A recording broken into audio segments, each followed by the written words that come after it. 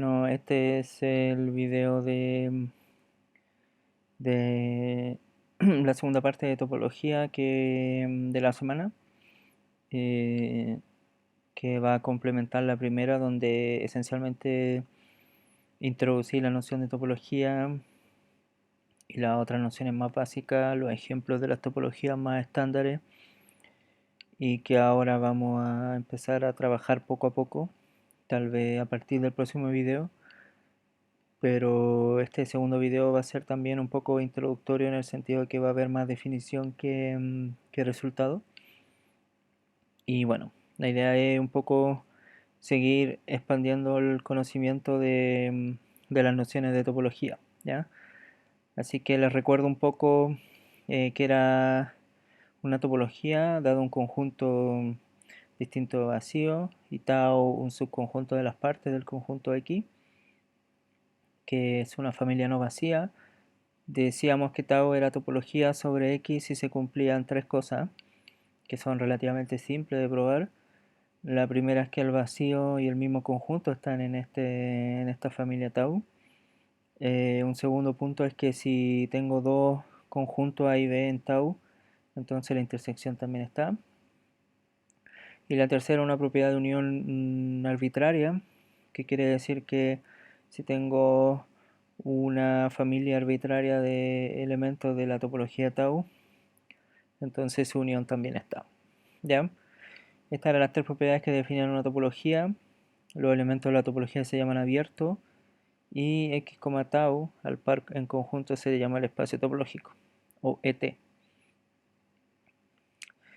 Los ejemplos más básicos de topología los vimos en el video anterior.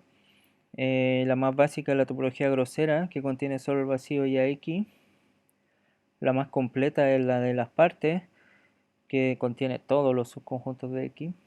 Por lo mismo tampoco es tan interesante, ¿ya? Porque es demasiado simple estas dos.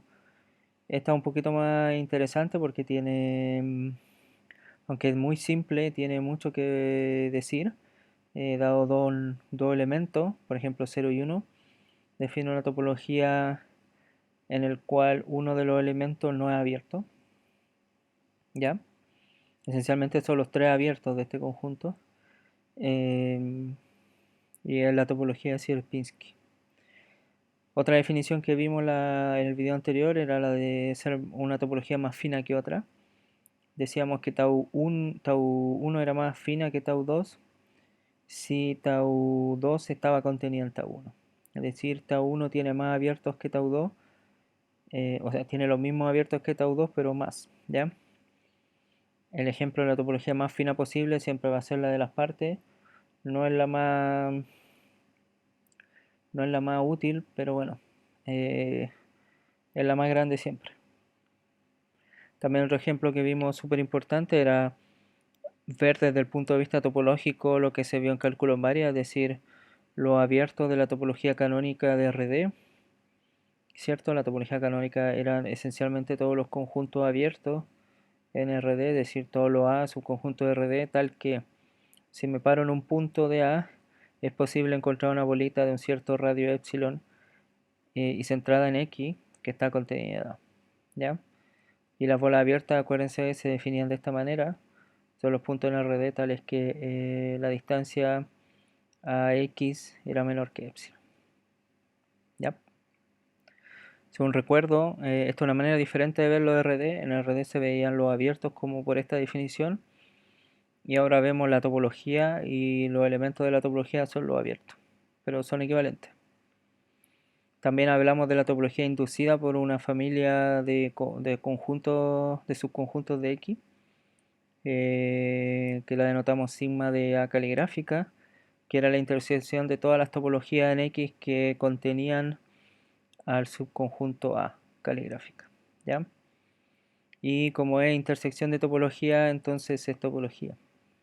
Y en particular es la menos fina o la más pequeña que contiene A.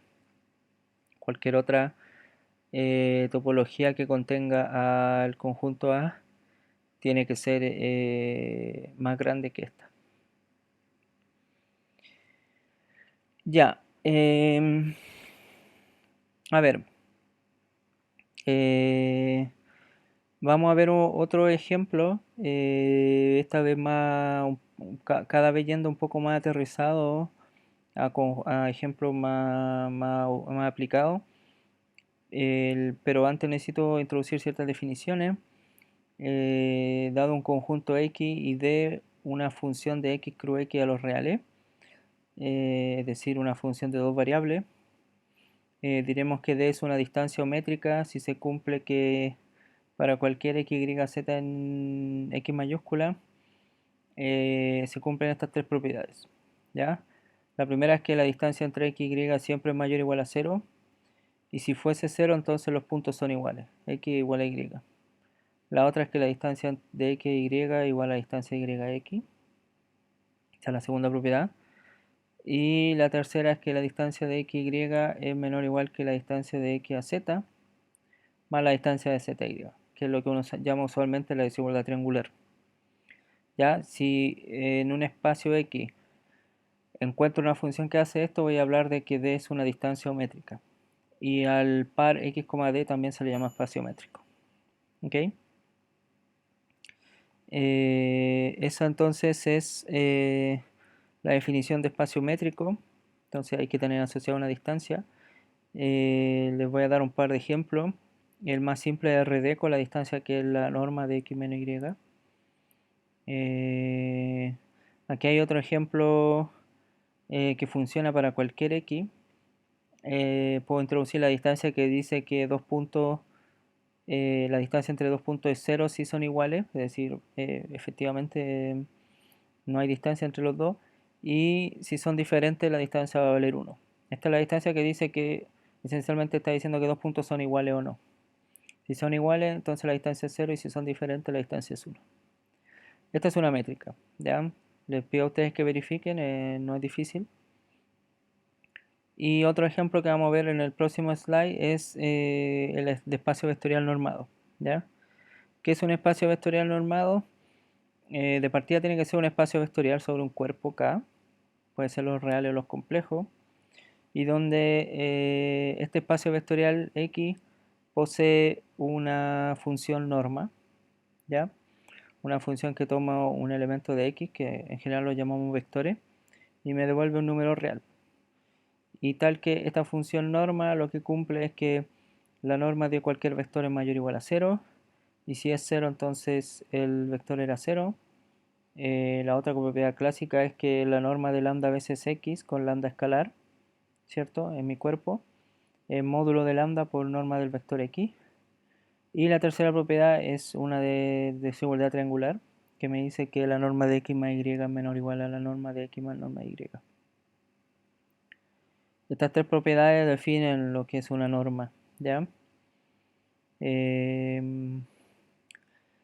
Entonces, toda norma induce una distancia. Simplemente basta definir de la distancia asociada a una norma como la norma de x menos y, así como lo definimos en RD, lo definimos en cualquier espacio vectorial normado. Y bueno, al par x, la norma se le denomina espacio vectorial normado, que es espacio métrico, con esta norma también, o sea, con esta distancia de acá. ¿Ya? El ejemplo más clásico es RD con la norma dada por la norma euclidiana. ¿Ya? Todos los espacios vectoriales normados se denotan esencialmente EBN, ¿ya? Por si ven la notación en algún lugar. Y como les digo, todo espacio vectorial normado es a la vez un espacio métrico con esta distancia que está acá. Ahora la pregunta que uno se puede hacer es, bueno, ¿qué tiene que ver esto con los espacios topológicos? Esencialmente, todo espacio métrico posee naturalmente una topología asociada, que es la topología métrica, que es aquella que está dada por la métrica. ¿Ya? La topología asociada a un espacio métrico es simplemente aquella donde lo abierto son todos aquellos que para cualquier punto del abierto existe un epsilon, tal que la bolita de centro x radio epsilon para la distancia que estoy tratando es menor, está contenida en A, ¿ya? Aquí me equivoqué un poquito, pero bueno, debe ser distancia entre x y y, ¿ok? porque no necesariamente es normado el espacio, ¿ya? Estoy hablando solo de un espacio métrico, así que solo hay una distancia. Aquí tiene que ser distancia entre X y Y. Lo voy a cambiar en los slides que suba, ¿ya? Igual que en RD. Entonces todo espacio métrico tiene asociado una topología métrica que es la misma de RD, ¿ya? No hay nada que cambie, es exactamente lo mismo. La única diferencia la hace que en lugar de la norma euclidiana hay que hablar, hay que hablar de la distancia entre X y Y. ¿Ok? Así que por eso mismo los espacios métricos y también los espacios vectoriales normados son ejemplos particulares de espacios topológicos en los cuales las topologías las inducen la métrica o la distancia. Otro ejemplo que es importante es X igual a las continuas de 0,1 a los reales, es decir, el espacio de las funciones continuas de 0,1 del intervalo 0,1 a los reales. Este es un espacio súper importante en este curso, lo vamos a ver montones de veces por ABC motivo. Y bueno, para los efectos de este curso, vamos a introducir en este espacio una norma, la que yo creo que algunos de ustedes ya la han visto, es la norma infinito o la norma del supremo. Dada una función f, calculo su norma infinito como el supremo del módulo de f de x con x en 0,1. ¿Ya? Este supremo en realidad es un máximo porque toda función continua alcanza su máximo y su mínimo en un compacto. 0,1 es cerrado y acotado, así que es compacto, así que este supremo es máximo. Así que siempre existe. Y yo les dejo de ejercicio probar que en las continuas con esta norma espacios estarán normados. ¿Qué tienen que probar? Tienen que probar que esta norma satisface estas tres propiedades que acabo de dar aquí. Es decir, la norma es mayor o igual a 0 y vale 0 si solo si la función es idénticamente 0. La norma de lambda a veces una función es módulo de lambda, norma de la función. Y la norma de f más g menor o igual a la norma de f más la norma de g. Así que en realidad no es tan complicado. La métrica que está asociada a la norma infinito es, como les digo, siempre la misma, es aquella que toma la diferencia entre dos funciones. Dada una norma, tienen siempre una métrica, ¿ya? La norma f de f infinito, entonces definen la distancia entre f y g como la norma de f menos g. Es exactamente como se hace en álgebra lineal, por ejemplo, ¿ya? Dada la norma euclidiana, se define la distancia como el tamaño de la diferencia entre dos vectores. Ya, y la topología tau infinito asociada a esta métrica, es decir, lo mismo que está acá, solo que he reemplazado esto por norma infinito, se denomina topología de la convergencia uniforme. ¿Ya? ¿Por qué? Porque es la convergencia uniforme del curso Mechón. Ya, voy a ver un par de definiciones antes de terminar. La primera es la noción de subbase o base, depende del libro cómo se denota. Yo voy a usar la noción de subbase, ¿ya? En general, base tiene que ver con otras cosas y me da la impresión de que es mejor decir subbase. Dado un espacio topológico, diremos que una familia A caligráfica subconjunto de tau, de la topología, va a ser subbase de tau si esencialmente tau se escribe como la topología generada por esta subfamilia. En otras palabras, la subbase tiene mucho que ver con una base. Esto me está diciendo que para generar toda la topología tau necesito al menos o a lo más, no sé, depende del caso, la subfamilia A caligráfica, ¿ya? A caligráfica, bueno, la utilidad efectivamente se tiene cuando A caligráfica es más chica que tau. Entonces para entender tau solo necesito A caligráfica, porque a través de A caligráfica puedo generar toda la topología tau, siendo la topología generada por la A caligráfica. ¿Ya? Aquí les doy un par de ejemplos relativamente simples de qué significa generar o qué significa ser subbase. En R2 voy a tomar todas las posibles rectas, ¿cierto? Como subconjuntos de R2 y eso lo voy a llamar A caligráfica. y tengo que imaginarme esencialmente cuál es la topología generada por toda la recta. Para ello aquí escribí en rojo la manera que uno calcula esta topología generada.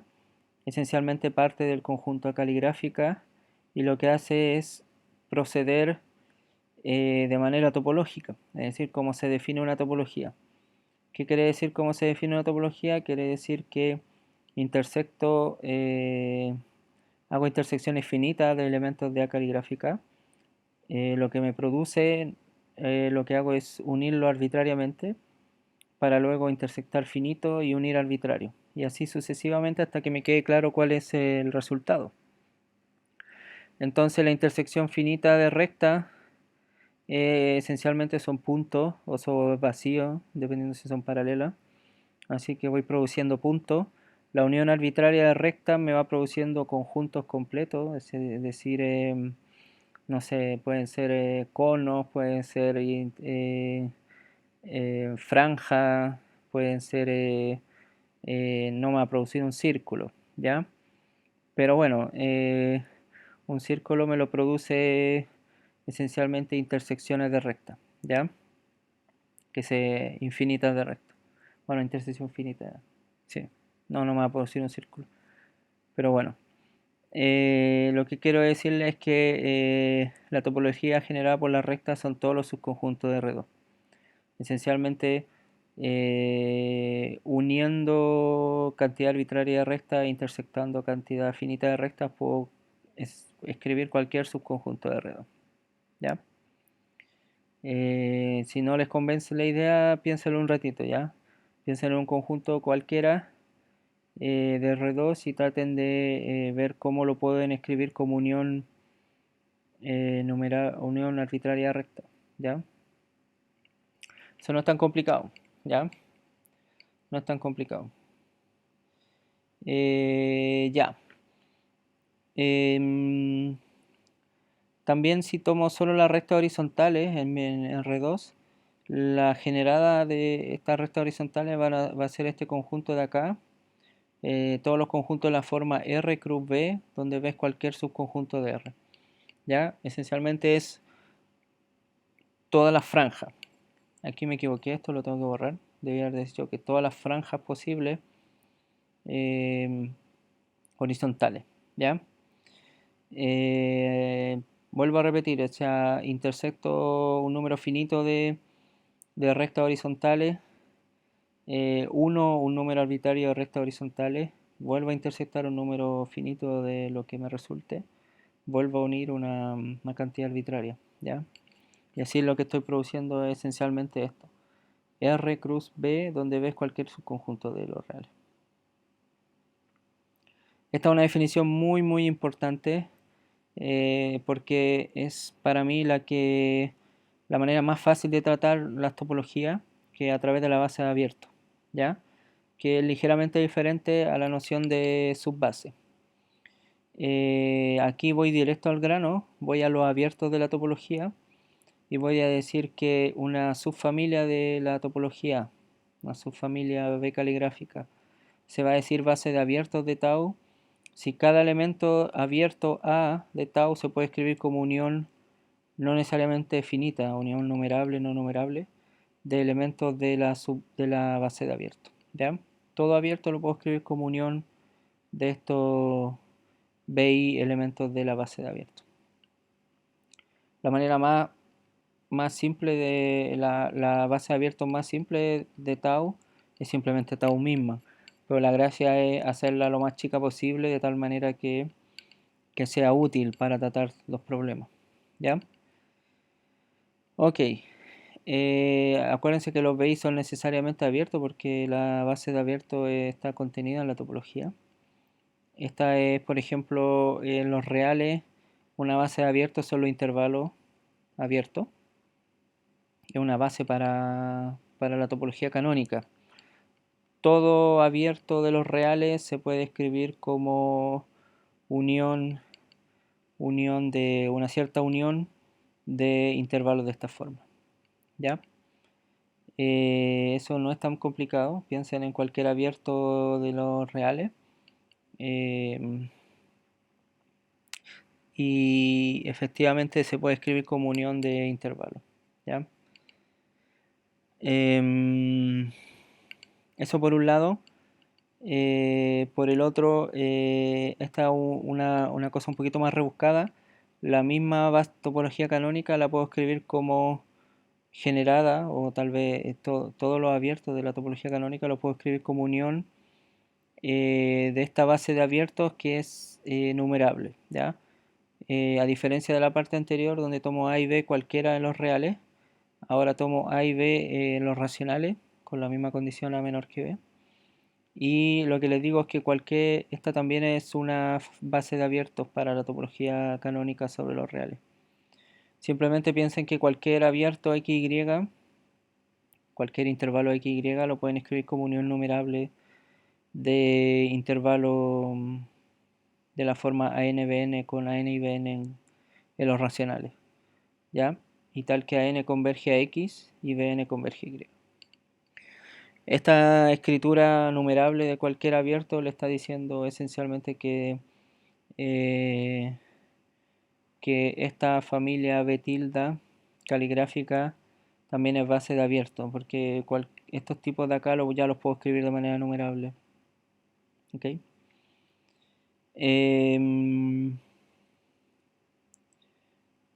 Así que esta familia es interesante porque le está diciendo varias cosas al mismo tiempo, pero todavía no les puedo comentar por qué es importante, ¿ya?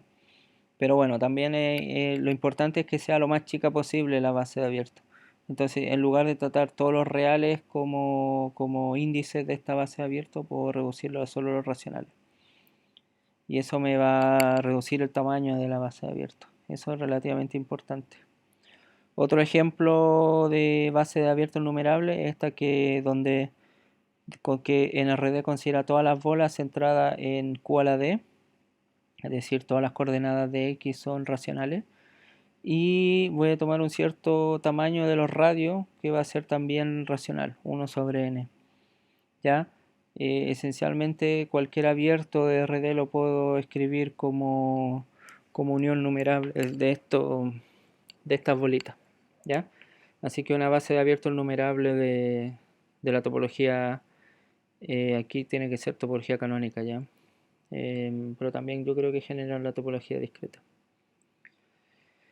Este es un ejemplo más o menos tautológico para cualquier conjunto con su topología discreta.